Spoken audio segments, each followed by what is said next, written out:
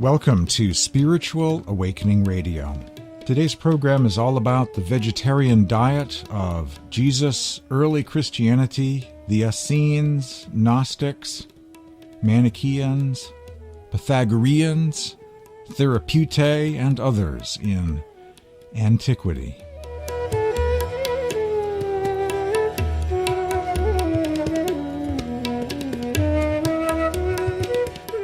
My name is James Bean. SpiritualAwakeningRadio.com is my website. Each week this program streams live and becomes a podcast, exploring the world of spirituality, comparative religion, world scriptures, and other books, East and West, about God, meditation, out-of-body experiences, the vegan diet, and other ahimsa ethics of nonviolence. Education for a more peaceful planet. There is only one time when it is essential to awaken. That time is now. My mission statement: there's not just one religion, there are thousands. After years of being concerned that too few voices, too few points of view were getting heard when it comes to spiritual paths and world religions, that the radio airwaves were not reflecting the diversity that really exists, I started producing my own programs, exploring the world of spirituality, comparative religion, meditation, mysticism, Gnosticism, and books, bringing to the airwaves the gentle voices of saints, the wisdom of masters or mystics, world scriptures, sacred texts, the great spiritual traditions and classics of the East and the West. Welcome to Spiritual Awakening Radio. This week, exploring the vegetarianism of Jesus, early Christianity, the Essenes, Gnostics, and others.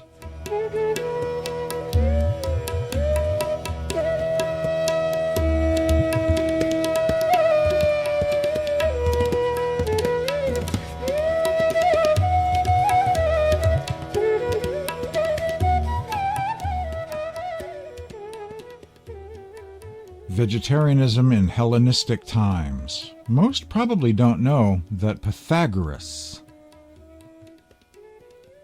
was a vegetarian. Not only a mathematician, but a mystic, a spiritual sage or teacher, and vegetarian. Pythagoras once said, "Our earth has abundance of such pure and harmless foods, and there is no need for us to partake of meals for which blood has to be shed and innocent life sacrificed." The history of vegetarianism has its roots in the civilizations that evolved in ancient India and ancient Greece. The earliest reliable evidence for vegetarian belief and practice in Greece dates from the 6th century BC. A spiritual movement called Orphism. The Orphics, a religious movement spreading in Greece at the time, as well as the teachings of Pythagoras and the followers of Pythagoras, a group known as the Pythagoreans. The followers of Pythagoras, or Pythagoreans, were vegetarians. For the general public, abstaining from meat was a hallmark of the Pythagorean way of life. In fact, for most of the last 2,000 years, those who have followed a vegetarian diet in the Western world have been called Pythagoreans. Before the word vegetarian got invented and was used as a popular term, before that happened, before the word vegan got invented, before that term got coined a few decades ago, all of this time in the Western world, for the most part, those who followed a vegetarian diet have been called Pythagoreans. Such was the influence of Pythagoras and the original Pythagoreans of antiquity. Such was their influence and ownership of the idea of being a vegetarian in the Western world. Some of the teachings of Pythagoras can be found in a book called the Pythagorean Source Book and Library, originally published by Essenes Press. That's a great source book for the vegetarian teachings of Pythagoras, who in that book is described as a kind of spiritual sage. I mean, we know about Pythagoras for his mathematics, but he was also a mystic, a saint and a sage, a spiritual master who taught about the music of the spheres, or heavenly sound, associated with heavenly realms. But he was also a vegetarian and a mathematician, and he apparently wore white. I mean, he really looked like a guru, you might say. And in fact, if you read his teachings, it seems like, a real possibility that he was a follower of an Eastern master. Pythagoras was not only vegetarian, but believed in reincarnation and had some sort of personal insight into his own past lives. It's like somebody from India moving to the West, only apparently there's no written information documenting any kind of contact between Pythagoras and some Hindu teacher, but it seems like that must have been the case, or it seems based on Pythagoras' teachings, like there might have been some sort of encounter like that. However he came to be, Pythagoras was a great sage, an early master of the Western world, and someone who very strongly advocated following a vegetarian diet.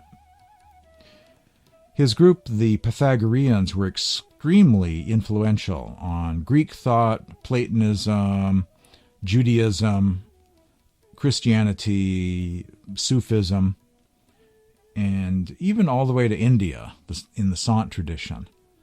Platonism and Pythagoreanism are really very much part of the foundation of the schools of spirituality, the schools of mysticism on planet Earth. Kabbalah, Gnosticism, Sant-Mat, Sufism, and others clearly are greatly influenced by the great master Pythagoras and the Pythagoreans. During the 1st century AD, the Essenes became one of the three main branches of Judaism. They were opposed to animal sacrifice being made in the Jewish temple, and they were known to be vegetarians. The Essenes were the group that Jesus and the first Christians, known as the Ebionites, were closest to, sharing with them many of the same ethics, values, and sacred texts, like the Book of 1st Enoch, for instance.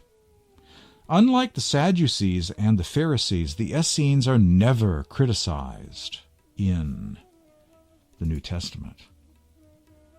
I see early Christianity as being the grandchildren of the Essenes. There is some kind of connection between Essenism and early Messianic Christianity.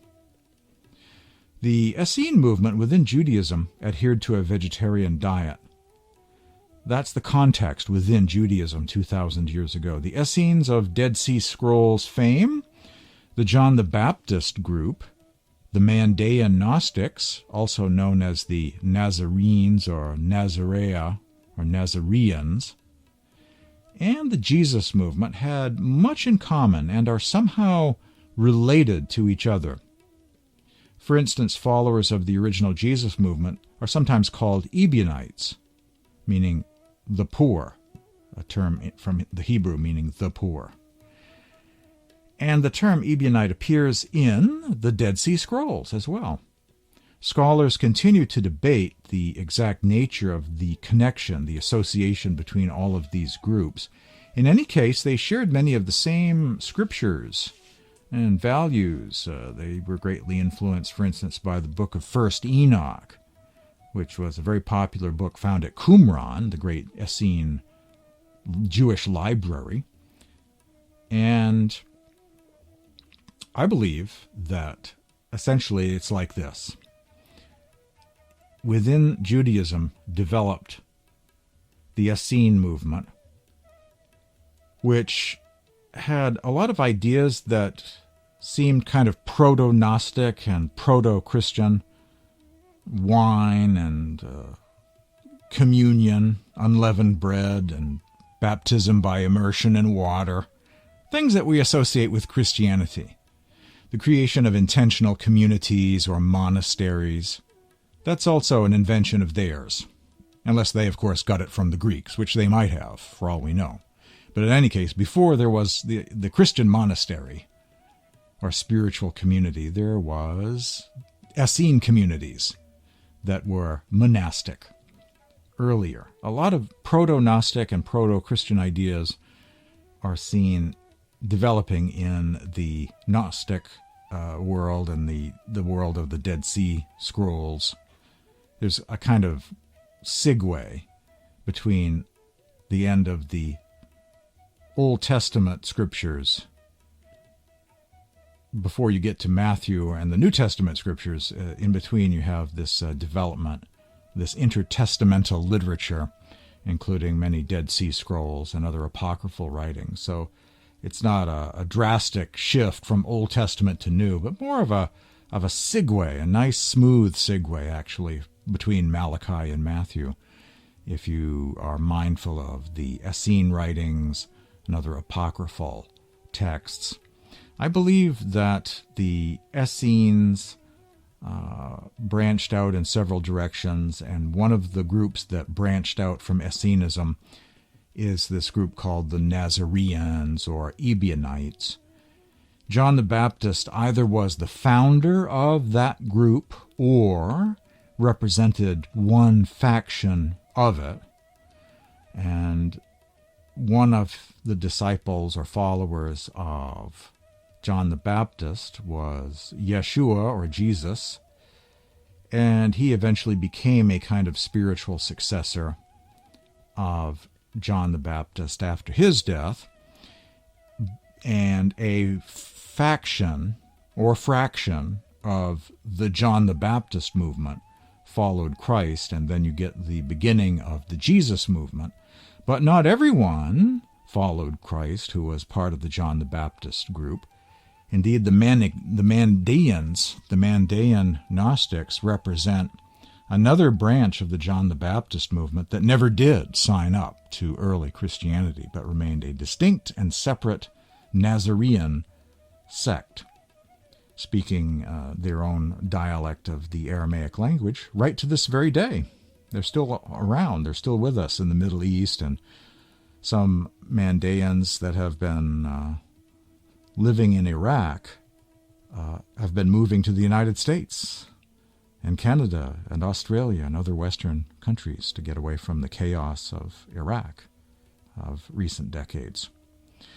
So not everyone signed up to the Jesus movement from the John the Baptist group, but I do see these groups all as related to one another. Essenism, the John the Baptist group, the Nazarenes or Nazarene movement, and then you get the Ebionites or the Jesus movement, and things branch off from there. Every group branches off from another group. Every new beginning comes from some other beginning. New beginnings end. Something fades and something else takes its place. Crisis and renewal, death and rebirth. A tree with many branches, branching out. Old branches fall, wither and die, fall off the tree, but there are new branches as well. And on it goes throughout all of the history of religion and spirituality and mysticism. So you have Essenes, Nazarenes, Ebionites, John the Baptist group, early Christian movement. And vegetarianism was very much part of this original group. Now, it's quite liberating for people to discover this. People forward my blogs all day long, 7 days a week online. My articles on vegetarianism, which I can send you. Just listen for my number and email address later on, and I can send you links to my articles on the vegetarianism of early Christianity. People find these articles, this information, so liberating because it comes as a total shock that one does not need to rely on 19th century channeled fake writings from Yugoslavia or something like that. But instead, there are ancient texts. There are Gospels. There are even copies, Aramaic copies of the New Testament Gospels that one can discover the vegetarianism of early Christianity. You can closely read the letters of the Apostle Paul, who's arguing as early as 50 A.D. with vegetarian Christians and debating about how, whether eating meat is okay or meat that's sacrificed to idols, whether or not that's okay. And he's arguing with others that are against that. As early as 50 A.D., there are Ebionite or Hebrew Gospels that can be found on the shelves of theological seminary libraries that anyone who is a serious scholar might be aware of.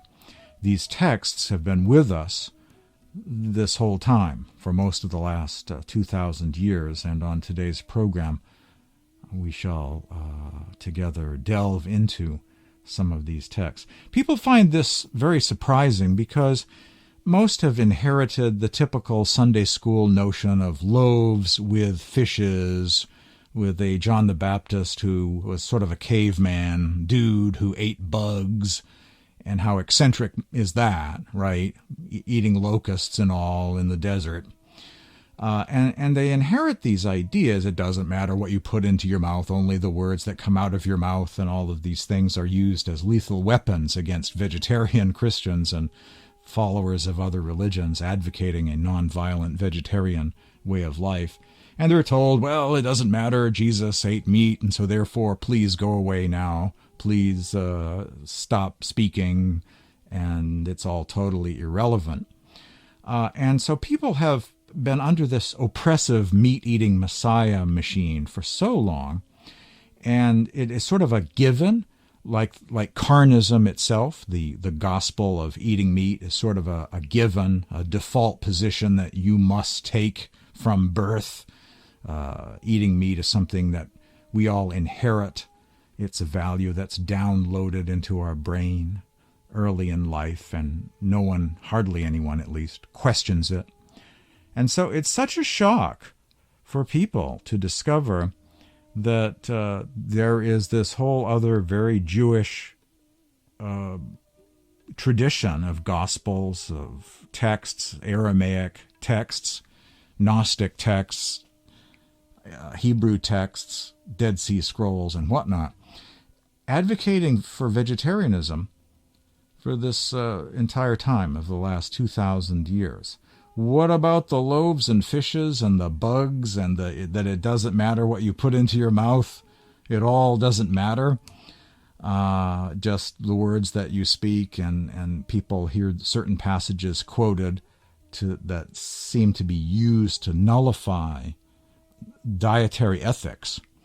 So they find it such a liberating breath of fresh air. It's like the fall of a kind of Berlin Wall of sorts. It's a kind of fall of the notion of the meat-eating Messiah with all its oppressive ideology of it all doesn't matter, so please stop thinking about this issue of vegetarianism in Christianity.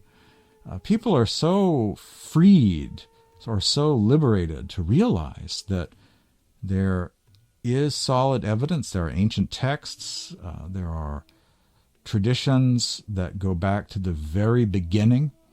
You find evidence for it in the New Testament itself. You don't even need to rely upon extra-canonical scriptures. You can, like the Seventh-day Adventists, for instance, can find evidence for vegetarianism in the book of Genesis, the book of Daniel, the New Testament itself, and the book of Revelation, even without the help of the Gospel of Thomas, Dead Sea Scrolls, or Gospel of the Hebrews.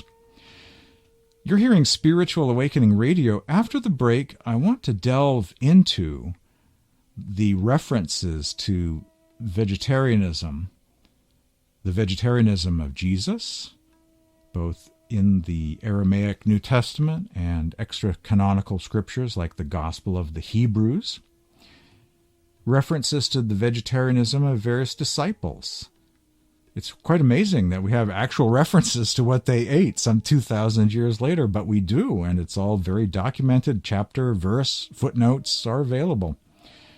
You're hearing Spiritual Awakening Radio. This week we are exploring the vegetarian diet of Jesus, early Christianity, the Essenes, the Therapeutae, Pythagoreans, and Gnostics. Stay tuned for more after these messages.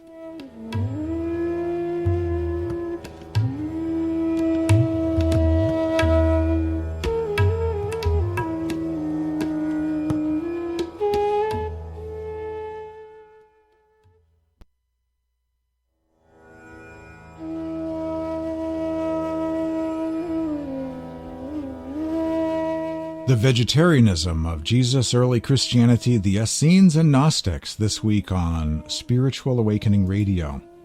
When it comes to vegetarianism and Christianity, the first question people always ask is, in the scriptures, aren't there passages describing Jesus as serving fish, as well as eating lamb during the Jewish holiday known as Passover?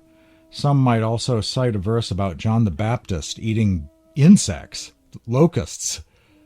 This, of course, is based on a couple of quotes from the Orthodox New Testament that people are familiar with from their Sunday school days. For those not acquainted with the Judeo-Christian history and the various collections of writings or scriptures from that period that have survived, at first glance it appears as if Jesus ate fish and that John the Baptist dined on bugs. Certainly, the well-known writings of European Christianity and those commenting on them, the leadership, the meat-eating leadership, portray it that way. But you know what? Not so fast. These Gospels represent writings used by a religious sect following the Apostle Paul's Western Roman version of Christianity, which was all about recruiting followers from around the Roman Empire once upon a time. Paul seems to have been advocating eating meat, but he himself supplies us with evidence in his own letters or epistles dating back to the early decades of the 1st century A.D., some of the earliest material in the New Testament, that others in early Christianity disagreed with Paul about diet and many other issues. It turns out that Paul dropped the vegetarian requirement as part of his attempt to make new converts. If you read his New Testament epistle to the Galatians closely, however, you can notice that there was quite a bit of tension between Paul and the original Jesus movement, which was based in Jerusalem. Paul gives them left-handed compliments, calls them weak, of the circumcision, and even Judaizers. Given their solid credibility and affiliation with the historic Jesus, however, Paul couldn't denounce them. He can't call them false. In fact, he tries to get their blessing from time to time. But he does greatly marginalize them and disagrees with them about diet. And much of the New Testament is filled with his own words and Gospels that are pro-Paul or were composed by branches of Christianity that were very pro-Paul. And there's a little tiny letter of James the Just near the back, and a little tiny epistle of Jude consisting of just a few words, and the book of Revelation and a couple letters of John, tucked, in the back, a tiny fraction of the New Testament. They don't get a lot of time. They don't get a lot of space in the New Testament, in other words. Those in the Jerusalem part of the Jesus movement, Jesus' own family, James and Thomas and Mary Magdalene, and the spiritual successors headed by the Apostle James, the brother of Jesus and the next leader of this Aramaic-speaking Jerusalem community, were vegetarians. They disagreed with Paul and Paul's group about diet.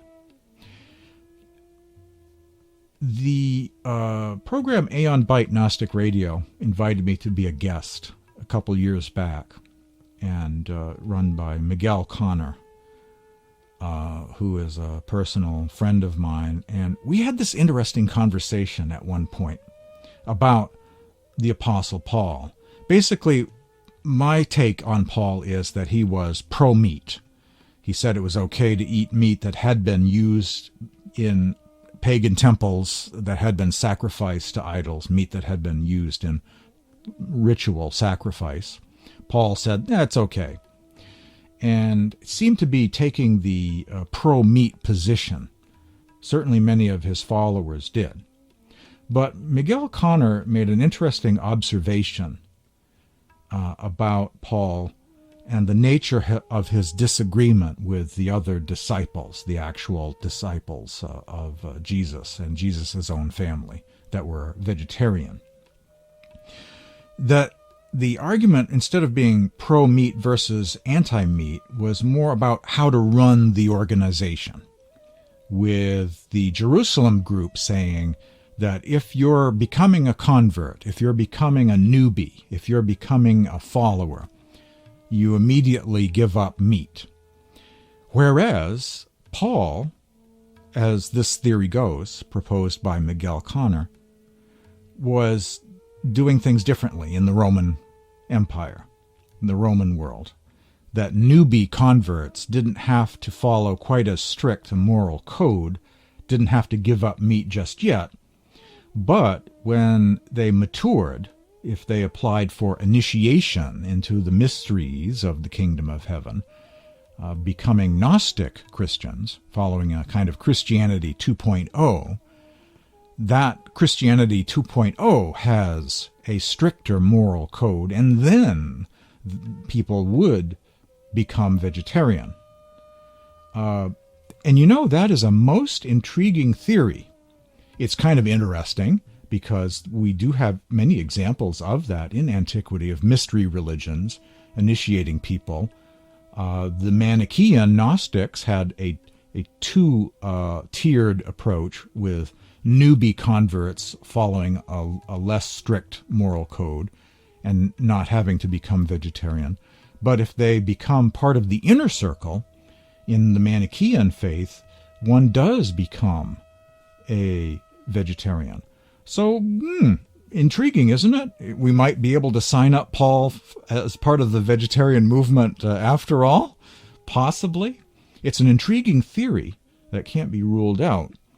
And I suppose the greatest evidence for the likelihood of this theory that Paul was a vegetarian and was pro-vegetarian, but just had a different system than the Jerusalem group, kind of an outer circle approach with an inner circle of 2.0 Christians. I suppose proof of that would be the Valentinians, those part of the early Christian movement who did follow a Gnostic approach, a Christianity 2.0 Gnosticism, that beyond faith there is knowledge or gnosis. They were pro-Paul and claimed succession from Paul, and they were vegetarian. So I'm kind of intrigued by Miguel Conner's theory about Paul actually being vegetarian, but just having an outer circle of believers and an inner circle of Gnostic Christians, and organizing his group differently. So it's not a pro-veg versus anti-veg thing, but newbie converts versus more mature initiates of the faith kind of thing going on there. Food for thought. Vegetarian food for thought. You're hearing Spiritual Awakening Radio. More after these messages.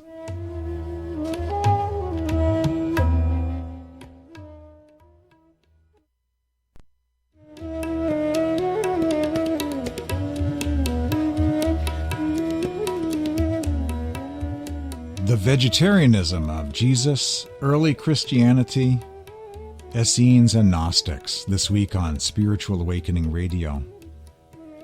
During the 1st century AD, the Essenes were one of the three main branches of Judaism.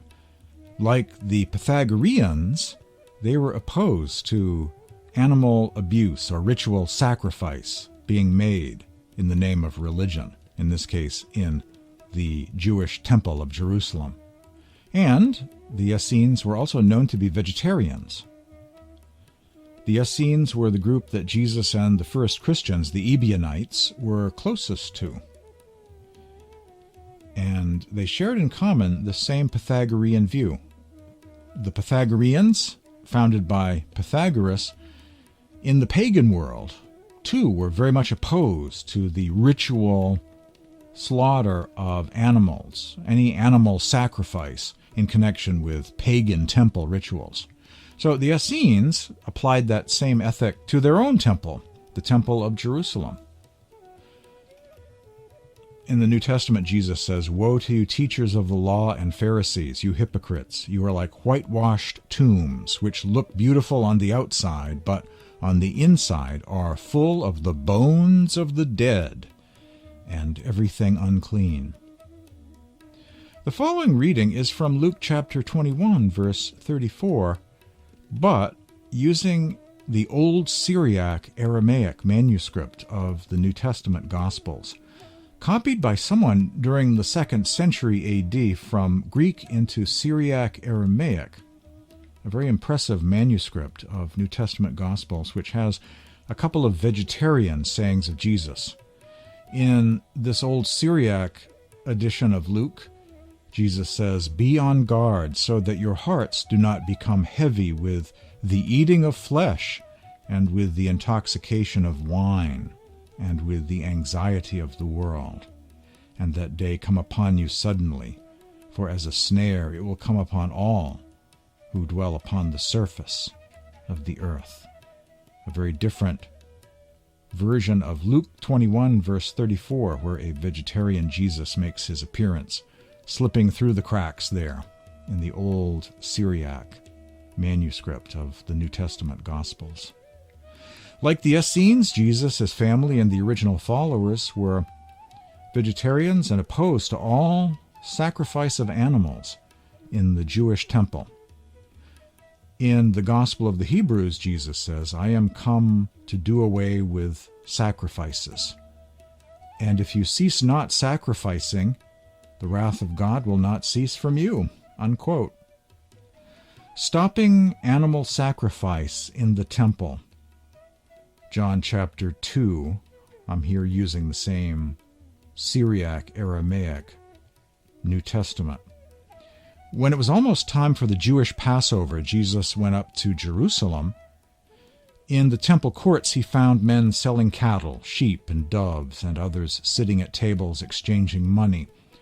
So he made a whip out of cords and drove all from the temple, both sheep and cattle. He scattered the coins of the money changers and overturned their tables. To those who sold doves, he said, "Get out of here." According to the Gospel of the Ebionites, Jesus also rejected the Passover ritual meal. He was asked to observe the Passover meal, which includes eating lamb, to which he replied, "I have no desire to eat the flesh of this paschal lamb with you." Unquote. Some veg sayings of Jesus from both canonical and extra-canonical Gospels. Jesus had a brother. He was referred to by scholars and historians as James the Just. According to a wide variety of sources, James became Jesus' spiritual successor, the next leader of this group, referred to as the Hebrew Christians or Ebionites.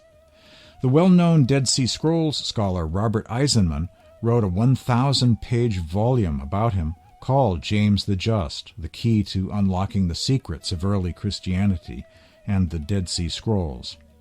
The first words on the back cover of my edition of this book are, quote, "James was a vegetarian," unquote.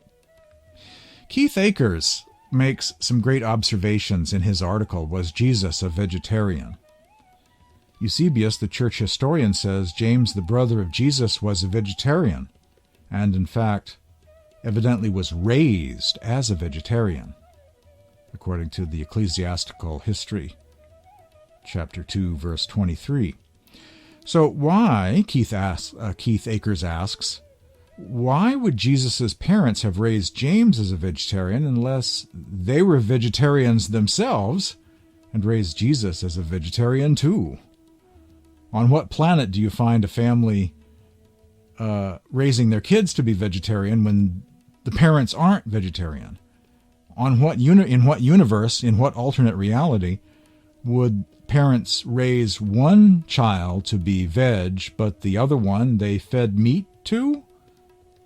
Doesn't make sense, right? They were all vegetarians. They were all following the same Essene ethics of the time. They were all vegetarian. Jesus, James, and the parents. What about the loaves and fishes, people keep asking?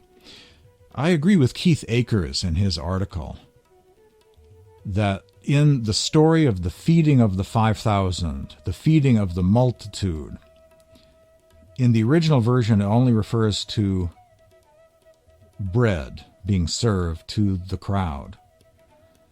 Fish doesn't even turn up in the early 2nd century A.D. reference by Irenaeus, who lived in the early 2nd century A.D. When he describes this miracle story of the feeding of the 5,000, he, even in the 2nd century, doesn't mention fishes, only bread. So I agree with Keith Akers that fish got added to the story at some point, probably during the 2nd century, some manuscript, making it into a fishy story. A fishy feeding of the multitude, the feeding of the 5,000. But in the earliest accounts, it's only the miracle of the feeding of the multitude with bread, no fish. So there was no Galilee Jesus Fish Company going on there. In any case, they gave up their former professions, but people still think they sold fish or something. And there's not even reference to fish in the earliest versions of this miracle story, the feeding of the multitude. Most intriguing. Stay tuned for more Spiritual Awakening Radio coming up after these messages.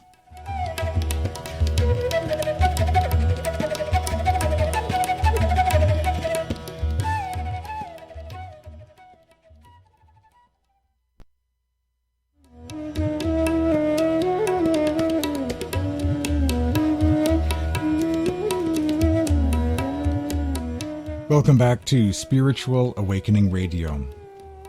According to the Gospel of the Hebrews, John the Baptist did not eat locusts.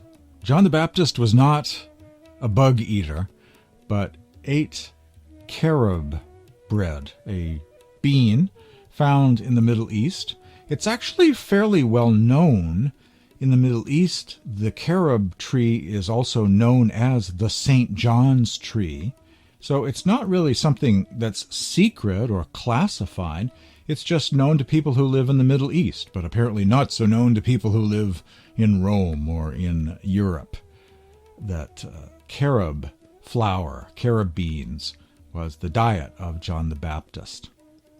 The first followers of Jesus, also known as Ebionites or Nazarenes, were not only kosher but also strictly adhered to a vegetarian diet. The largest surviving collection of Ebionite scriptures is called the Clementine Homilies, including the recognitions of Clement. These are vegetarian gospels that condemn animal sacrifice in any form. For example, the Book of Homilies states that God does not want animals killed at all, period, and condemns those who eat meat. And there are many passages that suggest that the diet was vegan or plant-based, as there are no references to eggs, dairy, cheese, no animal products whatsoever. So technically, these folks were not only vegetarian, but vegan. Peter said, "I live on olives and bread, to which I rarely only add vegetables," unquote. A passage from the Clementine Homilies. In fact, it turns up in 2 places in the Clementine Homilies. Happiness is found in the practice of virtue, accordingly, the Apostle Matthew partook of seeds and nuts, hard-shelled fruits and vegetables without flesh. A passage from Clement of Alexandria from the Instructor, Book 2, chapter 1. From the Early Church History of Eusebius, John never ate meat, unquote. Now, I'm not sure which John they're referring to here. John the Baptist? Probably that's true. John the Revelator? Don't know. The book of Revelation is against the eating of meat that had been used in ritual sacrifice. That much is clear from John the Revelator. John who wrote the Gospel of John or Letters of John? Don't know which John, but it is interesting. Whichever John is being referred to, he was a vegetarian. James, the brother of the Lord, lived on seeds and plants and touched neither meat nor wine. Also in the early church history of Eusebius, James, the brother of the Lord, was holy from his mother's womb, and he drank no wine nor strong drink, nor did he eat flesh, unquote. And James becomes the successor of Christ and next leader of this Jesus movement, this Christianity before Paul, originally based in Jerusalem, this Aramaic-speaking group, including the family of Jesus. The Gospel of Thomas, saying 12, the disciples said to Jesus, "We are aware that you will depart from us. Who will be our leader?" Jesus said to them, "No matter where you are, it is to James the Just that you shall go, for whose sake heaven and earth came into being," unquote. Though never seeing eye to eye with the original Jerusalem community on many things, including the issue of meat eating, in his epistles, even Paul, the rogue apostle, confirms this leadership role of James the Just, the Lord's brother, quote unquote, in Jerusalem, and he himself went to visit him to seek his blessing on a few occasions. Interfaith Love. The following passage is from the Recognitions of Clement. This Ebionite Christian vegetarian author has very nice things to say about those in India who worship one God, follow peaceful customs and laws, and are vegetarian or vegan. Imagine, clearly he sees parallels between his own religion and that of his brothers and sisters in the Indian countries, quote unquote. This is one of those amazing passages, one of the most amazing passages I know of in the extra-canonical scriptures, someone else's scripture, the Ebionite Christians in this case. It's a rare example of one religion, Ebionite or Hebrew Christianity, recognizing truth in another religion, Hinduism. A rare interfaith moment in human history. A rare moment of peace and tranquility. Enjoy it while you can. Quote, "There are likewise amongst the Bactrians in the Indian countries immense multitudes of Brahmins, who also themselves, from the tradition of their ancestors and peaceful customs and laws, neither commit murder nor adultery, nor worship idols, nor have the practice of eating animal food, are never drunk, never do anything maliciously, but always revere God." Unquote. From the Recognitions of Clement, Book 9, Chapter 22, from a volume of the Ante-Nicene Fathers, a 13-volume set of early Christian writings, church fathers, recognized by Catholics, Protestants, and Orthodox. And one of the volumes of this set, called the Ante-Nicene Fathers, includes apocryphal writings, other people's scriptures, scriptures of various groups in antiquity, including this original 2nd century kind of Hebrew book of Acts, or Ebionite gospel known as the Clementine Homilies, which advocates that their religion was vegetarian.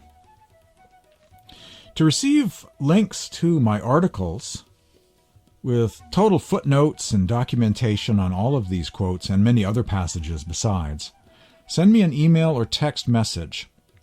Send me an email at this address, james@spiritualawakeningradio.com, james@spiritualawakeningradio.com, or send me a text message at this number, 508-603-9381, 508-603-9381.